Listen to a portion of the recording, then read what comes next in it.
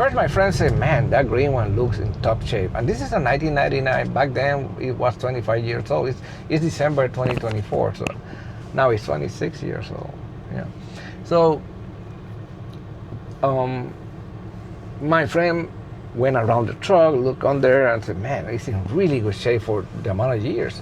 And he knew more about truck like this because he loves Japan. He's been in Japan a gazillion times. He's seen this in Japan firsthand. So he knew about this. So he kind of knew better than me without me asking. And so immediately I looked, and it was automatic, like this one is. And so that's a plus. Although I can drive stick shift, I don't have a problem. Probably half of my driving life is a stick shift. My first car, I learned in a truck, stick shift. So that's not an issue for me. But I'm looking ahead, like I'm thinking ahead, like what if I need to hire somebody? What if I cannot drive this and somebody else has to drive it to an event or a place to do business? And of course, automatics are easier, right? So I wanted to do that. And so that was a plus. And the second thing was, if you know anything about these trucks, and depending on the brand, Subaru to this one Mitsubishi or Honda or I don't know, Hijet, Daihatsu, wouldn't matter. For the most part, actually before I saw this one, I never seen one like this. The engine location is in the back. And the Subarus are towards the end of the truck. The Hondas, I think, is in the middle, and the Hijets or the Daihatsu are close to this. But all of the engines are in the back. And they have like a hatch, like an access cover. So if you need to do repairs or maintenance, you need to open that hatch and do it. So I'm going, man, that's gonna be a pain in the butt if we need to do maintenance with this box and espresso equipment. Mind you, I already saw a few that were like that. So obviously somebody had a formula that worked. Whatever the formula was, in my mind went like, well, you need to, whatever you're gonna do in that box, you need to be able to somehow access that hatch eventually. Although a lot of the maintenance is done from the bottom. These trucks are open in the bottom, and you can access pretty much everything. But still, you might have to access from the top, like I don't know, the spark plugs or the oil, thing to put oil, stuff like that. So that was a little bit of a worry for me. But since some people have done it, I'm going, well, people have done it, so it's gotta be a way. So when I saw this one, this is the first truck, and this is in person, this is no picture, that there was no hatch on the engine in the back. Like I asked Sam, where is the hatch for the engine? I said, there's none. I said, what do you mean there's none? You have to access the engine under both seats. The engine on this truck is exactly under these two seats. You open one seat and just half of the engine is there with whatever. You open the other half and half of the engine is there. And I went like, that was the main seller. Like, that was like, oh my God, I solved all my problems. Now I don't have to worry about the platform or access. I'm unrestricted in terms of how to build the truck. And I said, okay, let's make a deal. Let's drive test. And I went, and of course, it's a right-hand drive. And he's laughing because if you drive this for the first time, you're gonna make a lot of mistakes. The main one is the switches are reversed, and when you're trying to turn, you turn the wipers instead of the signal. And the other one, at least for me, it's easy to get used to. It's not that difficult. I found myself in the middle, like in this road, there's two lanes. I found myself driving over the line in the middle because I'm on the right-hand side of the truck. I felt too far or too close to the right side. That took me about a week to get used to and not do that. Another thing after I purchased that a few times I made a mistake because I drive golf carts a lot here. As I mentioned, we have this gazillion miles of golf cart path. Sometimes you share the road, like the path is next to the real car lane. Like when I'm driving now, there's gonna be a path there that the golf cart can be together. Especially Morse Boulevard, which is one of the worst ones. People have died there. It's ridiculous. But if you're careful, you're okay. So I remember when I got in the truck, once I got it, one of the things I was doing was I found myself in the golf cart path because I'm so used to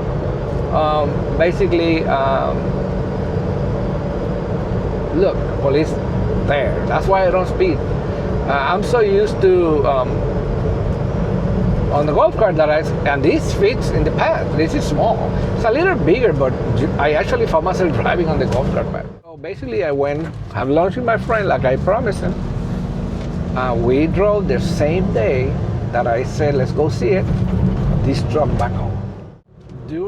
After that month, after December, until the summer of 2025,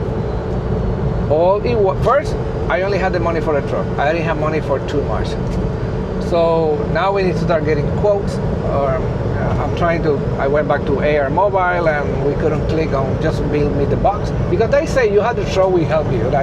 I knew they could, but we couldn't click on the money part. Mainly because I didn't have the money, the amount needed. When you do it yourself, you can buy one piece here, one piece there. But when you hire somebody, they're gonna go from day 1 to day 10 and they need to get paid, right? It's a business. Again, I could not, I didn't have the money, so I started scrambling how I'm gonna build it. Remember I told you, I like little wins. I'm gonna go little by little, move forward, an inch, a foot, whatever. I don't know how I'm gonna get there, but I'll get there. Don't forget, this is part of the series that I label it or name it. I don't know what I'm doing, but I'll figure it out. That's who I am. So I start looking for quotes, who can build the box, because that will be the logical step. Like that's the biggest step next. I didn't worry much about espresso part or lights, because that I knew I can figure it out. I knew that. But I don't know how to weld, and I knew it needed to be aluminum because it needed to be strong and lightweight. So from the moment I got the truck, even before the year ended, I visited 2 places, one in Ocala, that I remember they were experts aluminum builders, and they build these weird trailers for very unique shapes. I'm going, man, you can build that. You can definitely build my box. And I went and I spent 2 hours measuring. They gave me the tour of the factory. I can see the whole thing, aluminum cutter. I mean, they went like, oh my, these are the people I need. I remember. And so we're gonna get back to you, but after the new year, because we're going on vacation. All right. That was the last time I heard from them. They never get back to me. Even when I text them and say, oh yeah, we're still on vacation, we're gonna get back to you next week. So, and that little thing about never contacting back became a thing, became one of the most frustrating things building this truck. From that moment, all the way when I found Peter, which by now you don't know, he's the one who built that box. I went through at least 6 to 7 builders, including family members of my brother-in-law, but people kind of family, that I always say this, it was like a cookie cutter thing. Give me 2 weeks, when I get back to you, and if we do a business, 50% deposit. Everybody was the same, except 2 people. The Peter, which eventually did the box, and a Cuban guy that I met in Eustis, Florida. I went with my friend Skip. That I like him, but his price was a little over the edge, and it was mainly because although he had the skills from welding aluminum or whatever, he wanted to hire a food truck fabricator, a trailer fabricator to help out. Of course, every time you do that, the price is gonna go up, right? You hire somebody else. And also, the truck needed to be sent to the land or near Daytona, and I didn't like that part. I didn't like it. I don't mind sending the truck, but if I send it to AR Mobile in South Florida, with my eyes closed, no sweat. But I didn't like the fact that I had to send this truck to somebody that's gonna try to figure it out. I am 2 hours away. I didn't like that. So next stop was Peter. And the reason I found Peter was, once I started having all these issues with people that didn't give a damn to contact me back, I said, I'm gonna build it myself. So my brother-in-law gave me some ideas. You can do it without welding. You can do it with screws. There's these aluminum things. Can't remember the name. You can screw them. They're strong. They're very pricey. Wait, I'm gonna build this. I don't care. Like I said, I always move forward. And I started researching that. I even bought wood and did a mock-up of the mountain base, the flooring, but where, I'm pretty sure I have pictures. I put all that here. I'm gonna do it. I actually am gonna do it. And it was insane, to say the least. It was just insane, not finding anybody. So I'm doing that, and then I find two companies, one in Orlando, one in Leesburg, that sell aluminum. I need to get aluminum. And I was about to go to the Orlando one, but I found the Leesburg one. I said, let me drive there. Let me just show up. And I did. And I showed up with the truck, with pictures and drawings. And I don't know how to draw. And I showed the guy, I said, I need aluminum to build this. And the guy looked at me and looked at the truck. He said, we can sell you aluminum. No. And he actually gave me price of the aluminum they sell. But he was very honest. He said, this is not the aluminum you need. I think you need a stronger aluminum because you're going to be driving. And he gave me all this explanation. I said, if you go a few doors down, we're talking probably, I want to say, maybe 100 feet. There's a guy there named Peter. He's an aluminum welder, and at least he can point you in the right direction what kind of aluminum you need, and he might be able to help you out get it. And I went like, huh. So I walked, like he said, I went to knock on the door, and here comes Peter. And Peter just showed up. And I explained to Peter what it was. He's looking at me like, who is this guy? Why are you doing, why are you here? Like, he's looking at me really, Peter is a very, like a super decent human being, period. That's who Peter is. I find Peter, he says to me, he's looking at me like, who is this guy? And I explained about the aluminum part. He said, definitely I can help you with aluminum. The other guy is right, you need this. He started giving me aluminum lessons about the gauge and the strength and all that. And I'm okay with all that. Which at least he was gracious enough to point me in the right direction. And but he kind of got interested in about the project. He see the truck, he may take a little measurement and, the usual stuff. But not like the other one, no 50%, no, give me 2 weeks. It's very straightforward. I said, I want to call you Monday with two possible answers. One, I don't want to do it. And if I don't want to do it, at least I will help you with aluminum. I can sell it to you, get it for you. So he was very gracious. Or I'm going to help you. I'm going to do the project. I'm leaving for the weekend and whatever. It's very old school. And so, okay, cool. That's fair enough. I don't have anything else. At this point, the only thing I had is the Cuban guy that, although he said yes, at least he responded. And he's a very nice guy, very young guy, very nice. He was still a little off in terms of pricing and the logistics of me leaving the truck in the land or Daytona. I didn't like that. But that's all I had. That or nothing. So I go home. I have a bunch of videos of me talking about me leaving. Oh, I left the Orlando builder, this builder. I think I found a great guy. Like me talking about how excited I am finding these people that never responded. And especially the Orlando guy was a little frustrating because that's a family member. He's a cousin of my brother-in-law. And it was the first time I met a builder, or aluminum builder, that made more sense than anybody else. He looked at the truck, he looked at the idea, he even gave me samples of door he had. He's a very good aluminum builder. There was no doubt. Like I was in the presence of somebody that knew his stuff. I'm in the presence of a builder, aluminum fabricator, let's put it that way, that knew his craft. And I was so excited. He gave me, Jose, if I were you, I'll do this in this box. And I show him pictures of the other ones from Asia, from everywhere. And he immediately, his mind went, he listened to me nonstop for 10, 15 minutes planning the whole thing. And then, okay, now my turn. And he went, bam. I will do this, I will do that because of this, because the strength, because the whatever. And he gave me a lesson. I was so excited. Oh my God. I'm so happy I found this guy.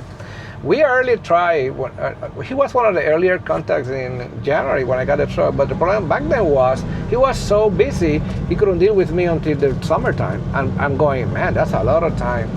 So I discarded him. And then down the road, as everybody keeps saying yes and never show up, he calls back and saying, hey, I can deal with you now. Like, I'm open. You really? That's fun. And let's do it. And that's how I went to John in Orlando. 2-hour drive in this truck, because even though I can go on any highway, you don't want to do this. There's no airbag in this stuff. Start with that part. It's very uncomfortable. This seat don't move anywhere. So after an hour, you're gonna get off the truck. But anyways, so I managed, pushed through, went to Orlando, met John, and I was driving home like a kid in Christmas Day. I found the guy. He's kind of related to family. So, I was very, very happy until, guess what happened with John? Again, disappeared. Like the other ones. I mean, zero communication. I cannot believe this happened again. I was like, what the heck is going on with these people? Like, why people disappear? That's when then I found out the Cuban guy, and and then from the Cuban guy, Peter. And so Peter, see you Monday. I go home.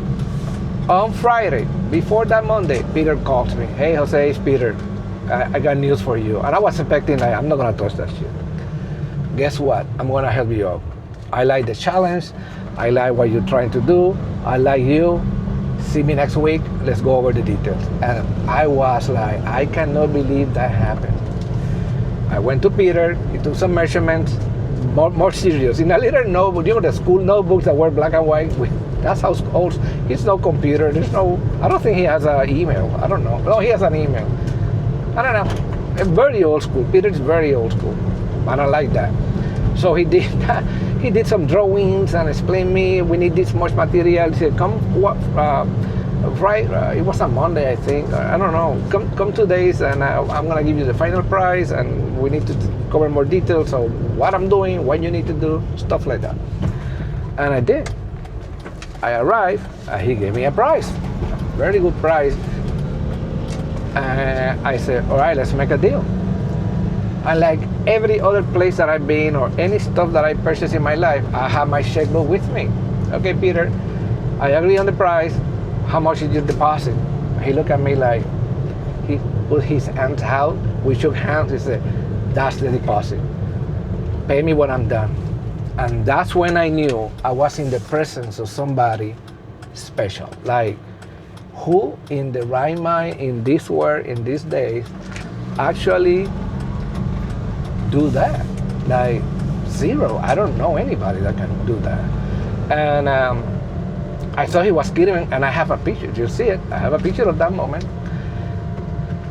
And it was a big relief. I have the builder. Now we know we can build it. Now, to get to the point that I could say yes to Peter, this truck, to make it happen, it had, besides my actual son, my late son that I explained, and how he became a roaster, that he passed away, his name was Angel, including him, this truck has a few angels.